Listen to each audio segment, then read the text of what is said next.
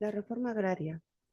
La controversia, si fue o no beneficiosa la reforma agraria desde el punto de vista político, económico, social. Yesenia Manrique es la que va a presentar el tema. Una pequeña introducción. La reforma agraria se implementó en la época de 1960. Fue un intento radical en transformar la estructura agraria de todo el país.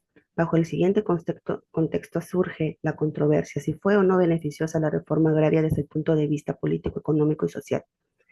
Esta se llevó a cabo bajo el gobierno del general Juan Velasco Alvarado, tras el golpe de Estado de 1968. Este movimiento surgió como respuesta a lo que era una larga historia de concentración de tierras en manos de pocos terratenientes, lo que perpetuaba la pobreza y la marginación en el ámbito rural.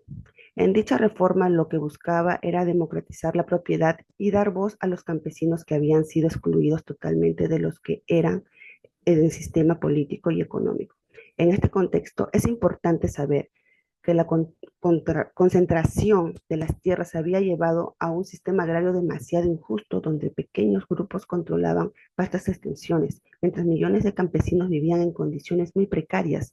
Esta reforma se planteó como una solución integral a estos problemas y no solo distribuyendo las tierras, sino también buscando mejorar las condiciones de vida y trabajo de los propios agricultores.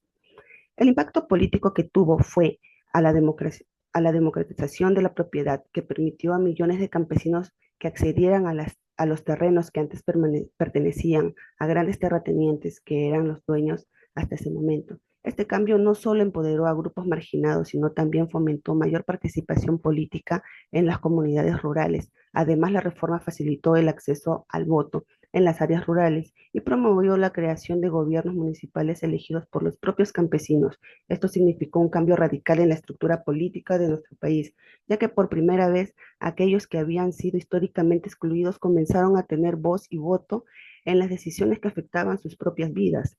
Esto debió ser desde un principio y no desde que se hablara de la reforma agraria.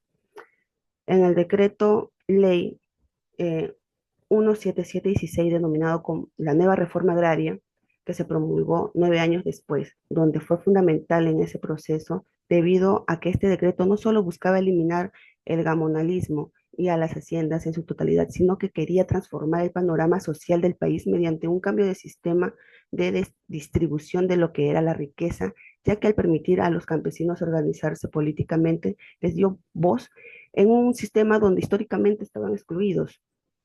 En la parte económica, el cual complementa al aspecto político, debido a que se incentivaban a los nuevos propietarios a trabajar sus tierras, se logró un notable incremento en la producción agrícola. Como consecuencias, muchos campesinos se volvieron más motivados y comprometidos con el cultivo de las tierras, lo que resultó en un aumento significativo en la productividad agrícola. Entre julio de 1969 y junio de 1970, después de promulgarse el decreto ley 17716, se expropiaron más de 9 millones de hectáreas, lo que benefició aproximadamente a 370.000 familias a dicho acceso a estos recursos agrícolas, que permitió que más familias tuvieran oportunidades económicas que antes eran totalmente inimaginables.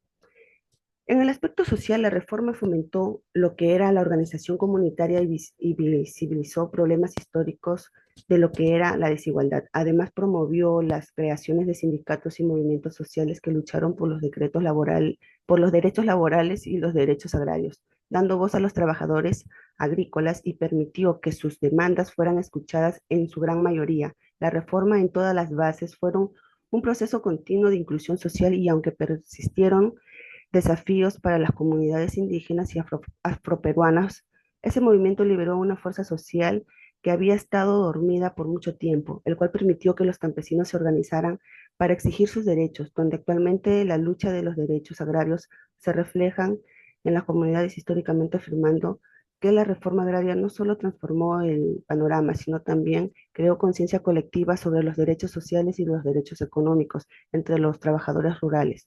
Este Esto podemos ver reflejados en los famosos paros agrarios.